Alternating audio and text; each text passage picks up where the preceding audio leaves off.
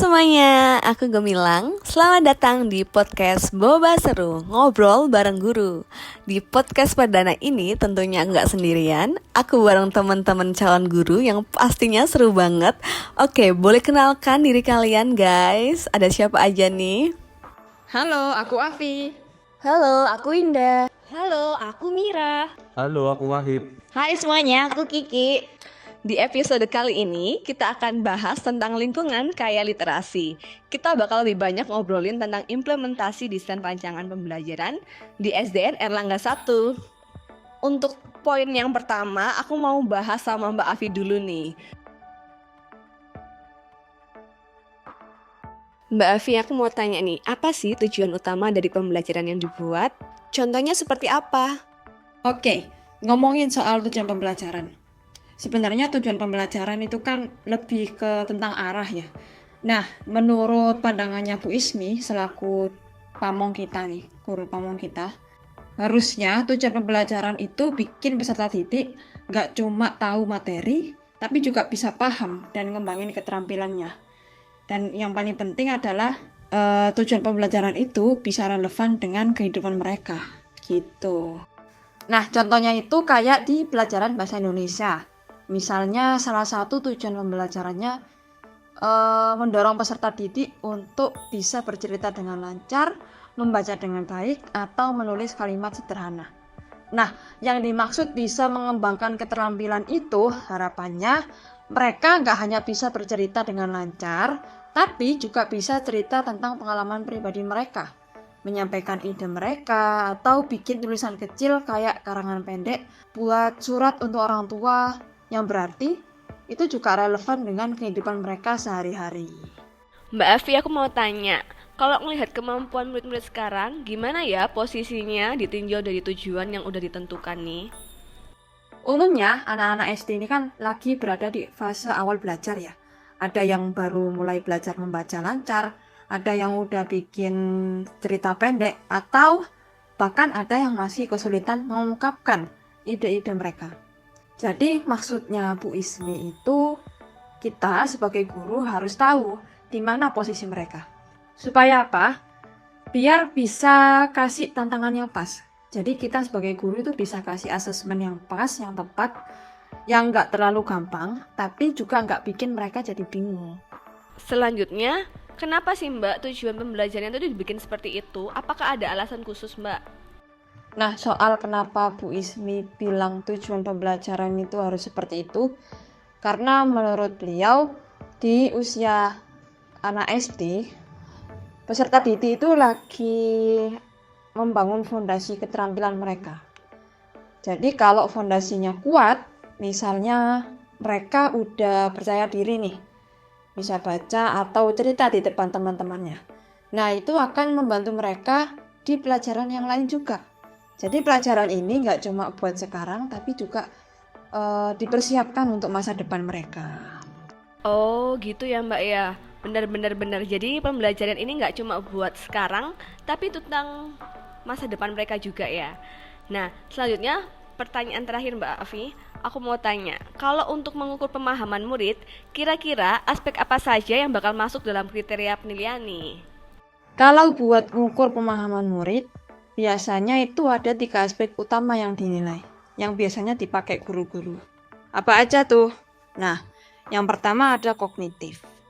Kognitif itu terkait dengan kemampuan berpikir, kayak pemahaman konsep atau logikanya mereka. Kemudian yang kedua ada afektif. Kalau afektif ini lebih ke sikap atau nilai-nilai yang ditunjukkan murid. Misalnya kerjasama atau rasa tanggung jawab, dan lain sebagainya. Dan yang terakhir, yang ketiga yaitu ada aspek psikomotorik. Nah, kalau psikomotorik itu soal keterampilan atau tindakan nyata yang mereka lakukan seperti praktek atau hasil kerja tangan mereka dan lain sebagainya. Gitu. Oke, kali ini aku mau tanya sama Mbak Mira nih. Mbak Mira, gimana sih caranya bikin semua siswa itu tertarik dan ikut terlibat sama ide besar, terus mau tampil di depan? Kan kadang-kadang tuh mereka malu ya untuk tampil ke depan gitu Mbak. Oke, jadi Untuk anak sekolah dasar itu kuncinya adalah bikin mereka merasa ide tuh seru dan nggak terlalu rumit. Misalnya nih, kalau ide besarnya bertemakan kerjasama itu penting, coba gunakan kegiatan yang sederhana tapi menyenangkan, seperti bermain game tim atau mendongeng tentang tim superhero yang hanya bisa menang kalau mereka saling bantu. Nah, cerita semacam itu bikin mereka langsung tertarik karena relevan dengan dunia mereka. Lalu libatkan mereka dengan tugas kecil, contohnya membuat poster bersama atau melakukan drama singkat. Dan pastikan suasananya itu juga santai, jadi mereka nggak takut untuk berpartisipasi. Dan tidak kalah pentingnya itu beri pujian sekecil apapun usahanya, supaya mereka makin percaya diri. Kita lanjut ke pertanyaan berikutnya nih Mbak. Gimana cara nyampein materi biar siswa penasaran dan antusias? Oke, jadi gunakan pendekatan visual dan cerita. Anak SD itu mudah tertarik sama gambar-gambar, video pendek, atau bahkan alat peraga. Kalau lagi bahas sains nih, contohnya, coba buat eksperimen sederhana seperti membuat gunung meletus dari soda dan cuka. Lalu dimulai dengan pertanyaan, kira-kira bisa nggak ya kita bikin letusan gunung api di kelas? Nah, pertanyaan seperti itu bikin mereka tuh penasaran. Selain itu, selalu kaitkan materi dengan hal-hal yang dekat dengan keseharian mereka. Kalau membahas matematika, contohnya pakai uang saku atau jumlah permen yang mereka suka. Jadi, pastikan juga mengajak mereka buat ikut melakukan sesuatu, biar mereka tuh nggak cuma duduk dan mendengarkan. Wah, bener banget nih Mbak Mira. Aku juga dulu tuh inget waktu SD tuh bikin eksperimen gunung meletus juga nih, dan itu yang bikin aku tuh seneng belajar. Nah, tapi Mbak Mir, realitanya itu ada pelajaran juga yang sulit. Nah, kira-kira peluang apa sih yang bisa bikin siswa itu tetap semangat belajar walaupun tuh pelajarannya sulit, Mbak? Ya, jadi anak SD tuh mudah merasa bosan dan frustasi kalau mereka nggak paham sama pelajarannya atau merasa kesulitan ya. Jadi yang pertama harus dilakukan adalah membuat pelajaran itu terasa menyenangkan. Misalnya, ubah cara belajar jadi permainan. Kalau belajar perkalian, buat jadi kompetisi kecil seperti kuis cepat atau ajak mereka bermain bingo dengan angka-angka yang harus dihitung. Selain itu, penting banget untuk memberi mereka waktu istirahat atau melakukan kegiatan yang lebih santai setelah materi yang sulit. Misalnya, setelah belajar hitungan panjang, beri mereka tugas menggambar sesuatu yang mereka suka atau mainkan lagu yang berkaitan dengan materi. Yang gak kalah penting adalah memberikan penghargaan untuk usaha mereka. Bukan hanya hasilnya, kalau ada yang belum berhasil, bilang, gak apa-apa, kamu sudah mencoba, dan itu hebat. Ini membantu mereka tetap termotivasi untuk belajar, meskipun pelajaran terasa sulit. Iya, bener banget nih Mbak Mira. Apresiasi itu penting banget ya untuk meningkatkan motivasinya siswa untuk terus belajar.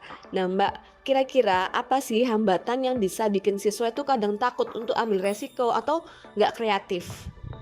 Jadi anak SD tuh ya sering takut salah karena mereka tuh khawatir diejek sama teman-temannya atau dimarahi oleh guru. Jadi tugas kita tuh adalah memastikan mereka tuh merasa aman untuk mencoba meskipun hasilnya nggak sempurna.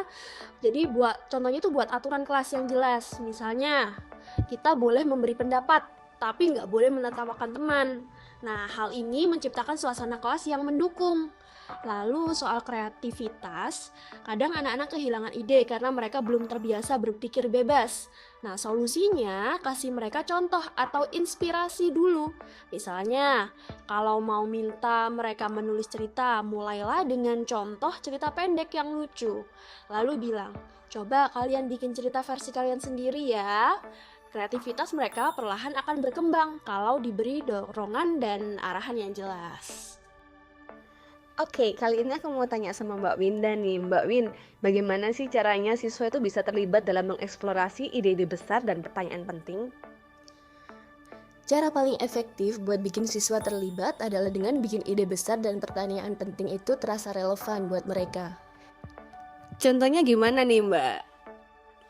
Contohnya nih, daripada langsung ngomong soal dampak globalisasi, kita bisa mulai dengan pertanyaan seperti, kenapa ya barang-barang yang kita pakai kebanyakan gak dibuat di Indonesia? Nah, pertanyaan semacam ini bikin mereka mikir, penasaran, dan otomatis ingin tahu lebih dalam. Selain itu, penting juga buat kasih mereka kebebasan berekspresi. Bukan cuma kita yang ngomong di depan, tapi ajak mereka eksplorasi lewat berbagai cara. Jangan lupa kasih ruang untuk eksperimen. Misalnya, kalau temanya soal lingkungan, ajak mereka bikin mini proyek kayak eksperimen daur ulang sampah di rumah. Dari situ mereka nggak cuma belajar konsep, tapi juga melihat langsung dampaknya di kehidupan sehari-hari. Oke Mbak Winda, kita lanjut ke pertanyaan kedua ya. Pekerjaan rumah dan pengalaman di luar kelas, apa yang diperlukan siswa sih untuk mengembangkan dan memperdalam pemahaman mereka tentang ide-ide penting? Ya bisa lewat kegiatan yang nggak cuma ngulang-ulang teori, tapi juga bikin mereka berpikir kritis, kreatif, dan berani mencoba hal baru. Misalnya, kalau lagi bahas topik lingkungan, siswa bisa ditantang buat bikin solusi nyata, kayak proyek kebun mini di sekolah. Selain itu, penting juga ada praktik langsung. Di luar kelas, aktivitas tambahan kayak PR atau eksplorasi mandiri juga harus relevan dan menarik. Dengan begitu, mereka nggak cuma belajar, tapi juga ngembangin keterampilan komunikasi, observasi, dan analisis. Wah, menarik sekali ya yang tadi sudah disampaikan Mbak Winda, aktivitas-aktivitasnya. Nah, kalau pengalaman nyata gimana nih Mbak? Pengalaman nyata juga penting, Mbak. Kalau ada kesempatan, ajak siswa belajar di luar kelas, kayak kunjungan ke museum, pasar, atau tempat bersejarah.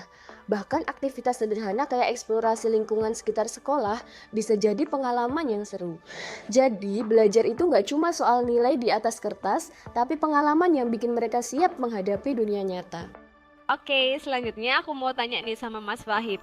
Mas Wahib, gimana sih caranya siswa itu bisa dipandu untuk memikirkan kembali pemahaman mereka tentang ide-ide penting? Berdasarkan hasil wawancara dengan Bu Ismi selaku guru Pamong, salah satu kunci keberhasilan pembelajaran adalah kemampuan peserta didik untuk merefleksikan pemahaman mereka dengan memberikan pertanyaan-pertanyaan yang mengundang pemikiran kritis. Kita mendorong mereka untuk mengevaluasi kembali apa yang telah mereka pelajari. Pertanyaan-pertanyaan ini tidak hanya sekedar menguji hafalan, tetapi juga mendorong mereka menghubungkan konsep baru dengan pengetahuan yang sudah ada, menganalisis informasi, dan menarik kesimpulan. Misalnya, setelah mempelajari suatu materi, kita bisa bertanya apa hubungan antara konsep ini dengan pengalamanmu sehari-hari, atau apa yang membuat topik ini menarik bagimu. Dengan demikian, peserta didik tidak hanya menjadi penerima pasif informasi, tetapi juga aktif membangun pemahaman mereka sendiri. Ya, setuju banget sama Mas Wahib nih. Kalau siswa itu nggak hanya menjadi penerima pasif informasi aja, tapi mereka harus aktif membangun pemahaman mereka sendiri. Selanjutnya Mas, bagaimana produk pertunjukan siswa itu bisa ditingkatkan melalui revisi berdasarkan penilaian diri dan umpan balik?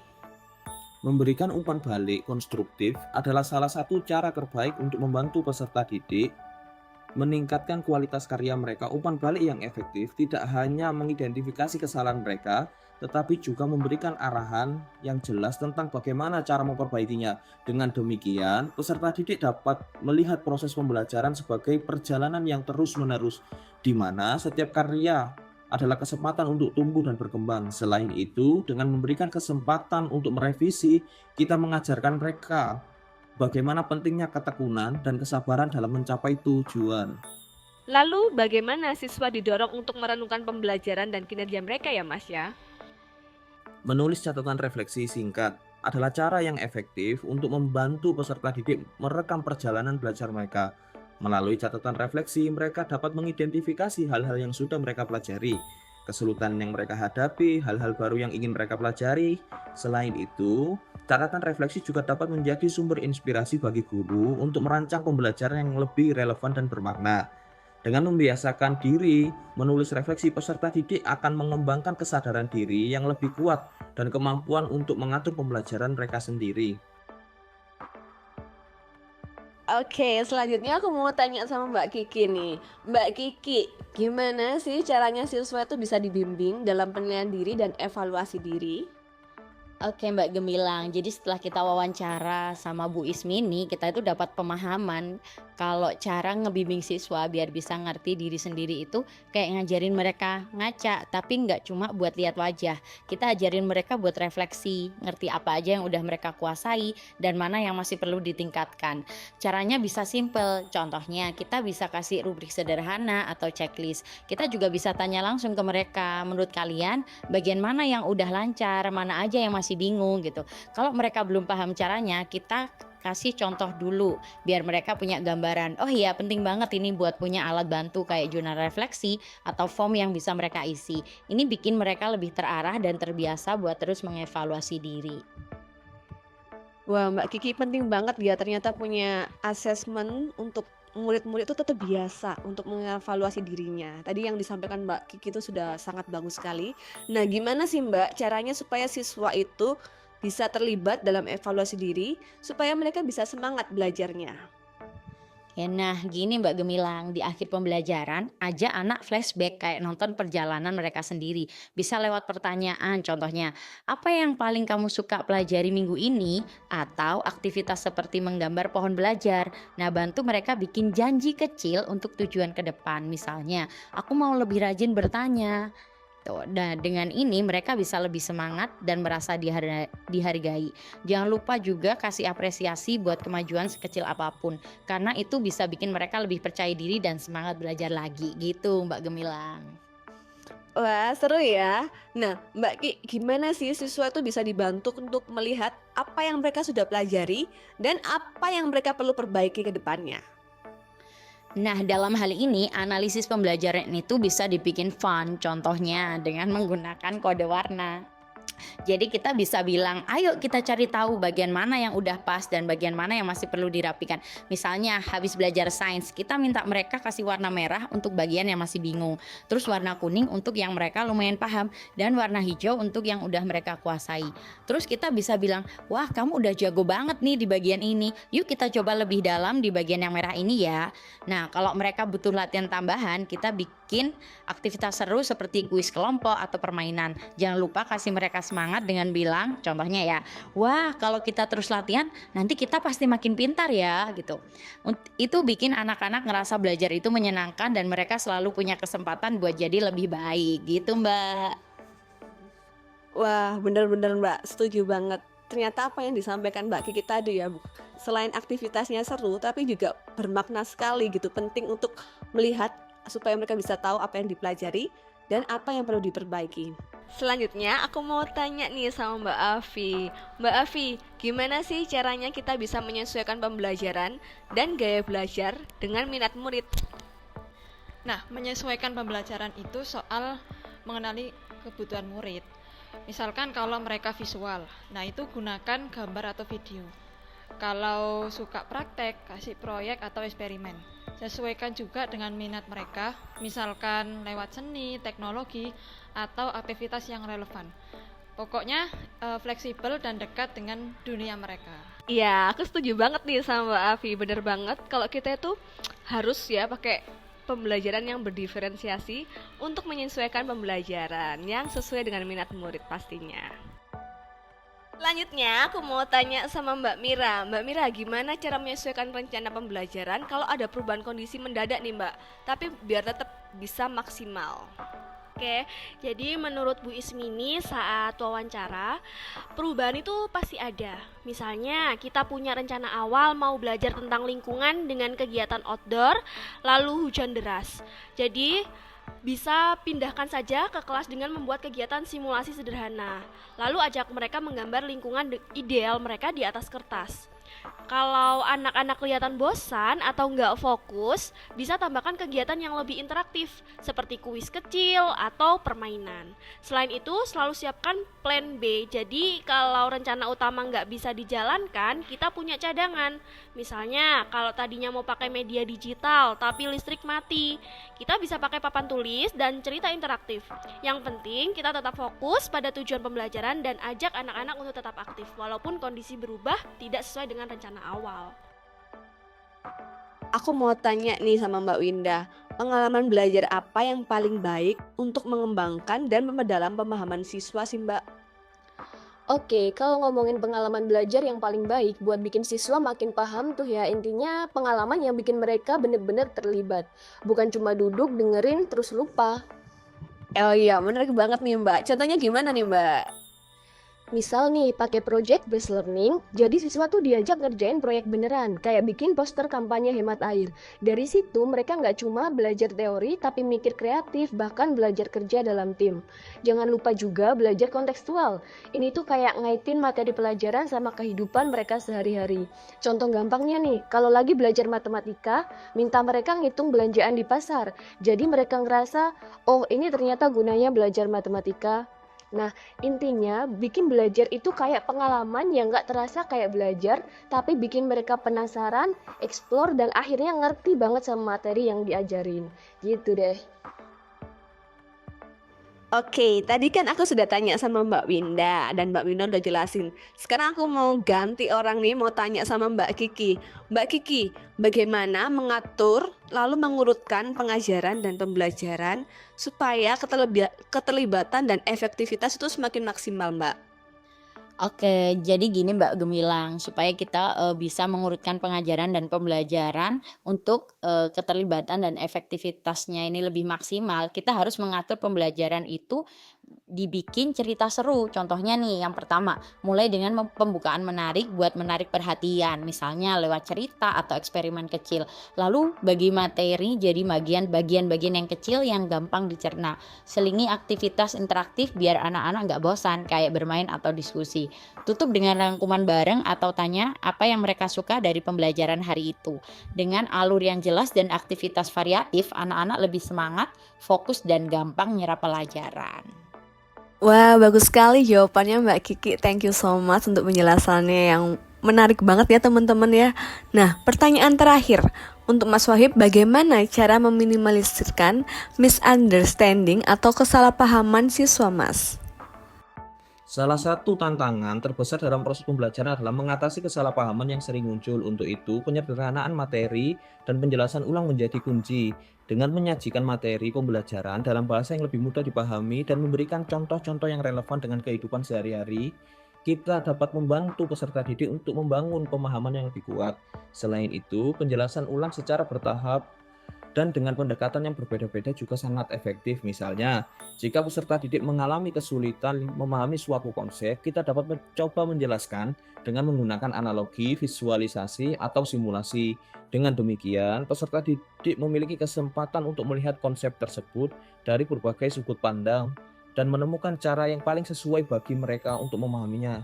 Penting juga untuk menciptakan suasana kelas yang kondusif bagi peserta didik untuk bertanya dan meminta penjelasan tambahan. Dengan begitu, mereka merasa lebih percaya diri untuk mengungkapkan kesulitan yang mereka alami dan kita sebagai pendidik dapat memberikan bantuan yang tepat waktu. Wah, nggak kerasa kita udah di ujung podcast kita. Seru banget ya ngobrolin dunia pendidikan itu teman-teman. Semoga apa yang kita bahas bisa menginspirasi kalian semua untuk menciptakan kelas yang lebih seru dan bermakna. Sampai jumpa di episode berikutnya.